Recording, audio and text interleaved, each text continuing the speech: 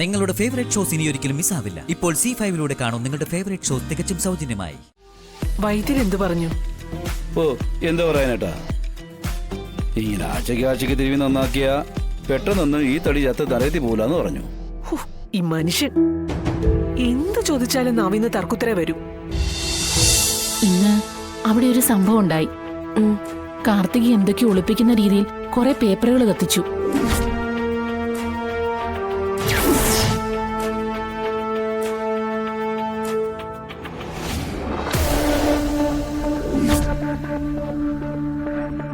എന്തൊക്കെ ഒളിപ്പിക്കാനുള്ള പരിപാടിയാണെന്ന് എനിക്ക് മനസ്സിലായതുകൊണ്ട് കത്തിപ്പിടിക്കാത്ത കുറെ പേപ്പറുകൾ ഞാനെടുത്ത് നോക്കി. അതിന് കിട്ടിയതാ ഈ ഫോട്ടോ.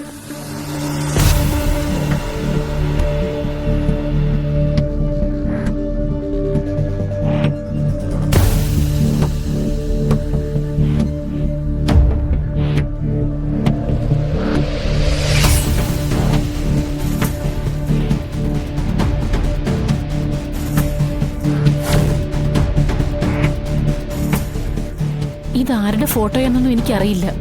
പക്ഷേ ഇതിൽ ഒളിപ്പിക്കാൻ പറ്റുന്ന എന്തോ രഹസ്യമുണ്ടെന്ന് എനിക്ക് മനസ്സിലായി.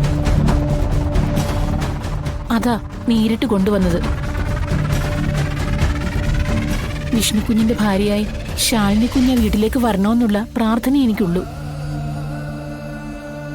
ഇത് ചിലപ്പോ അതിനുപകരിക്കുമെന്ന് തോന്നിയതുകൊണ്ടാ ആരോടും പറയാതെ ഞാനിങ്ങി പോന്നത്. എന്നാ ഞാൻ പോട്ടെ, എന്നെ തിരക്കും. കുഞ്ഞെ, അന്നത്തെ സംഭവത്തിൽ എന്നോട് ദേഷ്യമൊന്നും തോന്നരുത്. കുഞ്ഞിന്റെ നല്ലതിനെ കരുതിയാ ഞാനും. അറിയാം, ഇപ്പൊ ഇങ്ങനെയൊരു ഫോട്ടോ കണ്ടുപിടിച്ചു തരാൻ കഴിഞ്ഞില്ലേ? ഒരു പക്ഷെ ഇതിലൂടെയാവും എല്ലാം കലയെ തെളിയാൻ പോകുന്നേ.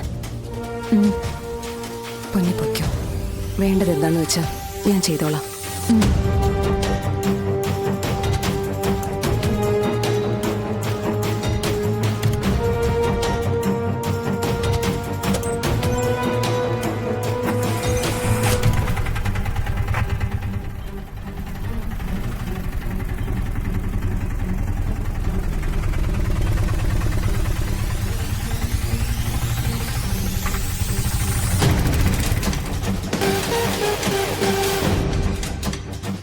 അപ്പൊ ഇതായിരിക്കും കാർത്തികയുടെ ഹർഷൻ. മുഖം കിട്ടിയ സ്ഥിതിക്ക് ഇനി കൺവെട്ടത്ത് വന്നേ മതിയാകൂ ഹർഷ. നീ വന്നില്ലെങ്കിൽ നിന്നെ ഞങ്ങൾ വരുത്തും.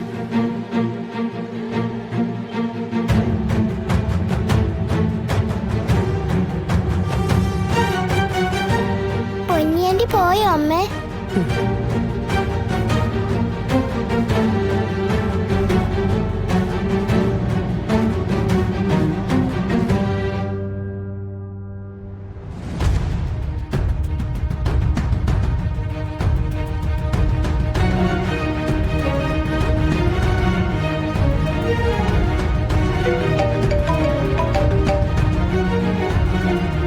Hello madam.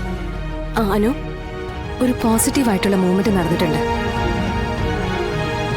കുറെ നാളായി ഉത്തരം കിട്ടാതെ കിടക്കുന്ന ഒരു ചോദ്യത്തിനുള്ള ഉത്തരം. പറയൂ മാഡം, അത് കേൾക്കാനുള്ള ആഗ്രഹം എനിക്കുണ്ടെന്ന് കൂട്ടിക്കോളൂ. കാർത്തിക ഇത്രയും നാൾ ഒളിപ്പിച്ചു വെച്ചിരുന്ന ഒരു ഫോട്ടോ കിട്ടിയിട്ടുണ്ട്. അത് ഹർഷന്റെ തന്നെ ആവാം, അല്ലാതെ അത് സൂക്ഷിച്ചു വെക്കേണ്ട കാര്യം അവൾക്കില്ലല്ലോ. എങ്കിലത് ഉറപ്പായിട്ട് ഹർഷൻ തന്നെ ആയിരിക്കും മാഡം. പാതി കത്തിയ നിലയിലാണ് എനിക്കത് കിട്ടിയിരിക്കുന്നത്. പക്ഷെ ആർക്ക് കണ്ടാലും ആളെ തിരിച്ചറിയാൻ പറ്റും. അവനെ വെളിച്ചത്തേക്ക് കൊണ്ടുവരാൻ ഇത് നമുക്ക് ഉപകരിക്കും. ഞാൻ എന്തായാലും ഇപ്പൊ ഈ ഫോട്ടോ മൊബൈലിൽ അയക്കാം. ഇതിന്റെ ഫുൾ ഡീറ്റെയിൽസ് കിട്ടണം, എത്രയും പെട്ടെന്ന്.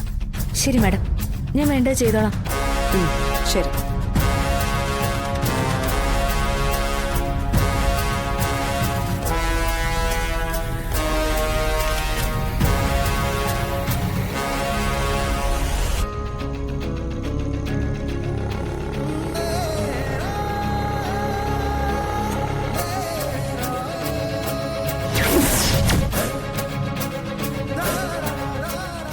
അപ്പോൾ ഇതാണ് ഹർഷൻ.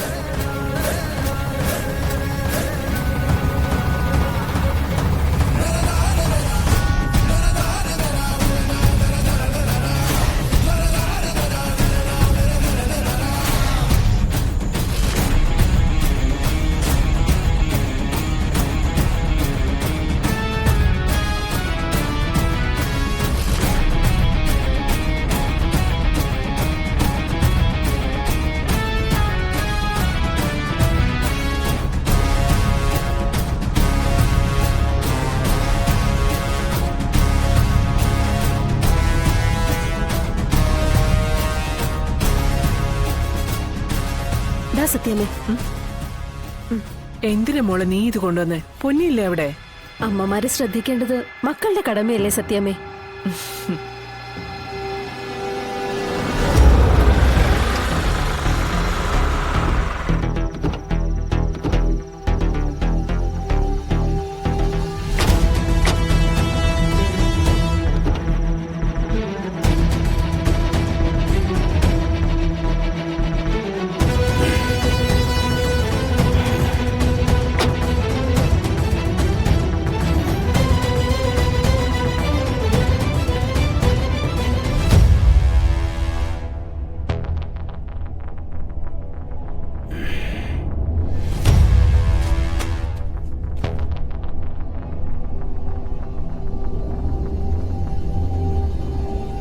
വിട്ടോടാ, എല്ലാവരും എന്നെ ഇങ്ങനെ പിടിച്ച് മാറാരോഗ്യമാക്കണ്ട. വിട്ടേരെ.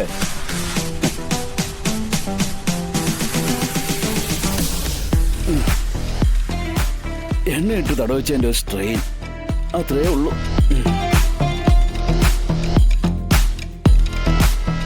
ഈ രാത്രി കിടന്നുറങ്ങി നാളെ നേരം വിളിക്കുമ്പോ വീണ്ടും പഴയ പോലെ.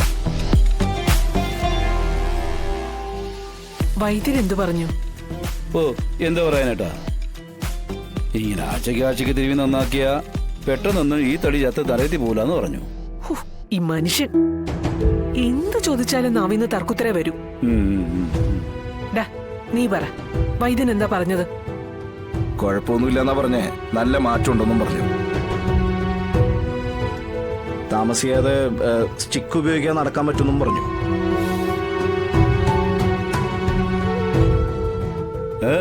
ഇനിയിപ്പം നടന്നിട്ട് എന്തിനാ? ഇവിടെ കാണാനുള്ളതെല്ലാം കണ്ടോണ്ടിരിക്കില്ലേ?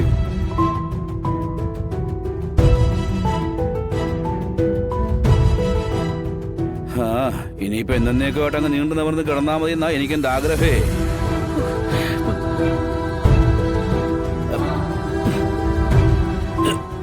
ഇപ്പൊ ഒന്ന് പിടിയടോ, അല്ലാത്ത പിഴക്ക് പിടിക്കാൻ നടക്കും.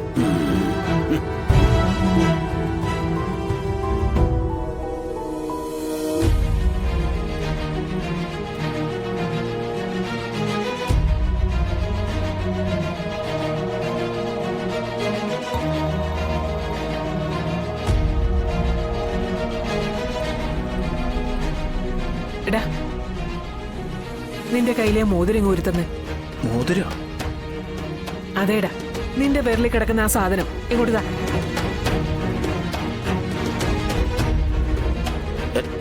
എല്ലാം ഇങ്ങോട്ട് താടാ. മോളെ, നിന്റെ മോതിരം കൂടി ഇങ്ങത്താ. ഡൗൺലോഡ് ചെയ്യൂ C5 ആപ്പ്. കാണൂ എല്ലാ എപ്പിസോഡുകളും സൗജന്യമായി.